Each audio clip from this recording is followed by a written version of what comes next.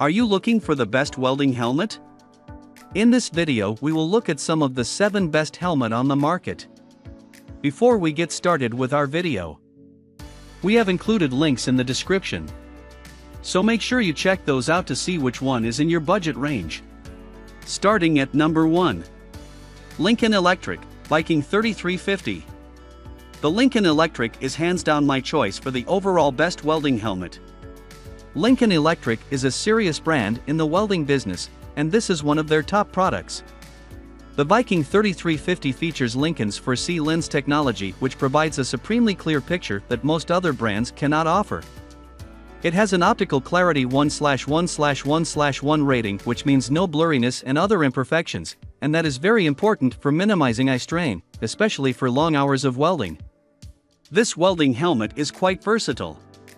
It has a standard lens shade range of 5 to 13, and you can also control the sensitivity and delay. The lens has 4 arc sensors, and the switching speed from light to dark is 1:25,000 seconds. There's also an outside button for switching between grind or weld mode. The size of the lens itself is an accomplishment. It has a very large viewing area of 12.5 inches, which is more than the other best welding helmets can offer. But this feature comes at a price. The bigger the lens, the heavier the helmet will be. For this reason, Lincoln Electric has developed the X6 headgear, which balances the weight distribution equally on 6 different contact points to decrease the strain on your neck.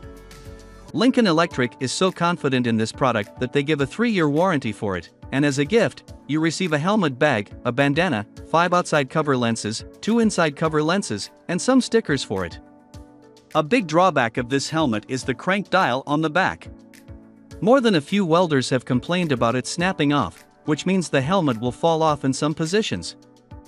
At number 2. ESAB 0700000800 Sentinel A50. The design of this welding helmet is amazing. And it's much more than just looks. It's designed to fit in narrow spaces and offer better head coverage.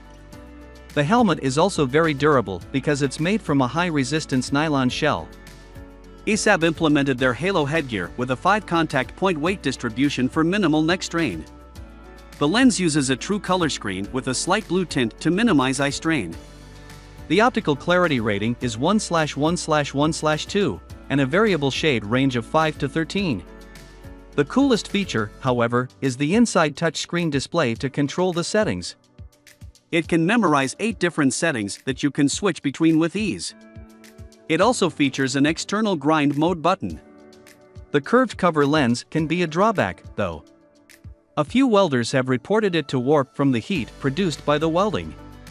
So you can't really use this for high amperage welding unless you stand 2 or 3 feet away from the welding rod. At number 3. YesWelder is 091XL. With 14.8 inches, this YesWelder model has by far the largest viewing area of all the helmets on this list. And it doesn't stop there. YesWelder has improved their display quality by implementing true color technology and reducing the green tint while keeping an optical clarity rating of 1/1/1/1/1. The lens shade range is 4 to 13 with a fixed shade 3 light state. This auto-darkening welding helmet is equipped with 4 arc sensors to make sure you don't get flashed. It's also quite easy to use. It has an external grind/cut/weld mode button and control dials for shade, sensitivity, and delay. In my, and most welders' opinion, external analog control dials are a better option because you can swiftly switch between the settings, even while wearing gloves. Of course, no welding helmet is perfect, especially one that costs 5 times less than the leading brand's helmets. The first thing you notice is how cheap the headgear looks and feels. A lot of welders replace the entire headgear with one from a Lincoln Electric helmet, which you can buy in most welding gear stores. Another issue that seems to come up now and then is people getting flashed.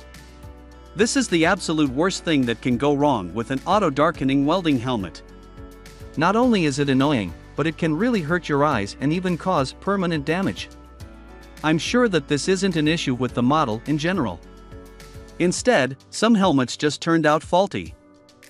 At number 4.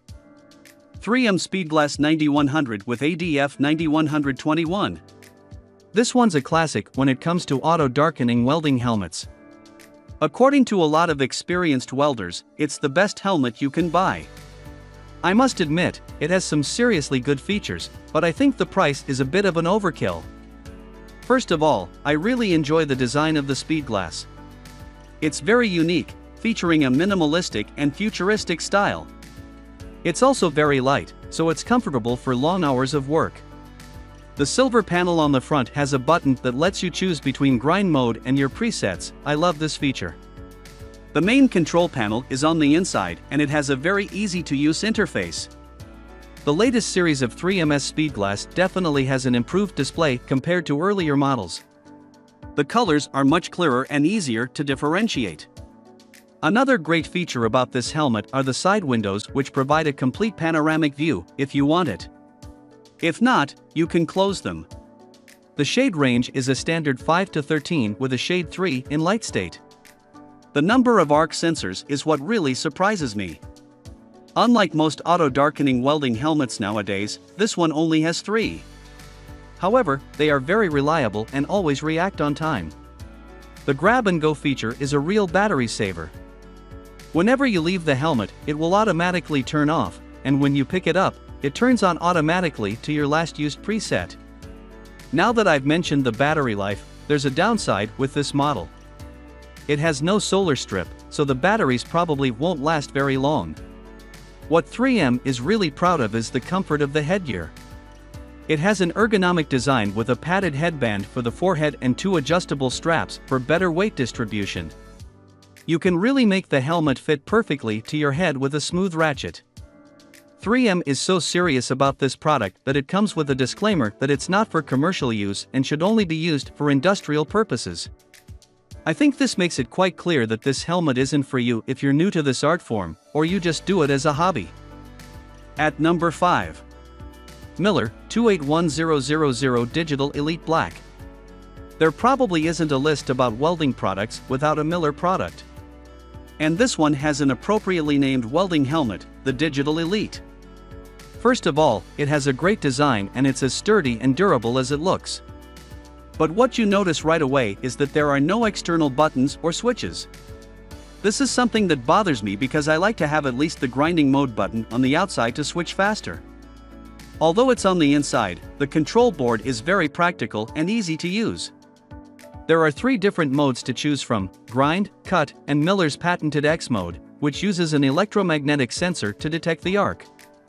This feature is very useful for working outdoors and in brightly lit environments. The lens shade range is 5 to 13 and the light shade is fixed at 3. The Digital Elite uses clear light technology that provides a super clear view with realistic colors. The optical clarity rating is 1/1/1/2, which is slightly weaker than the other helmets in this price range. Besides the electromagnetic sensor, it has 4 regular light sensors, so your eyes will be as safe as possible. Although it is comfortable and light, quite a few users have complained about the headgear. It tends to get loose and needs readjusting more often than what would be acceptable, especially at that price and for a brand like Miller. At number 6.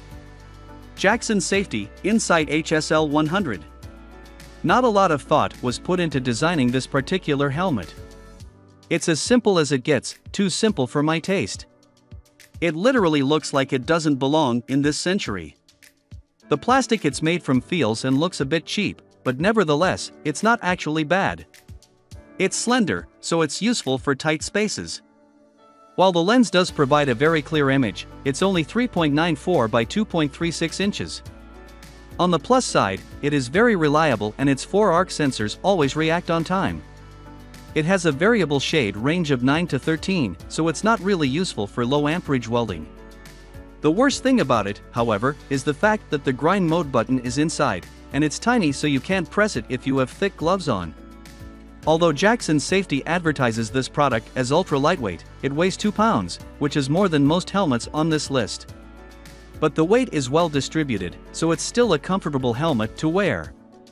It may need some adjusting around the neck, though. A few users have reported issues with the headgear, and one customer has even noted that it feels like their hair getting pulled out one strand at a time. At number 7. DEKOPRO DNS 800S Super Viewing. Just by looking at this helmet, you can tell that it's not too durable. The plastic feels cheap and the paint job doesn't help either. All of the controls are inside, and so is the grinding mode button. If it wasn't clear by now, I really dislike this feature. On the upside, the screen is huge. The viewing area is 12.1 foot and the picture is nice and clear.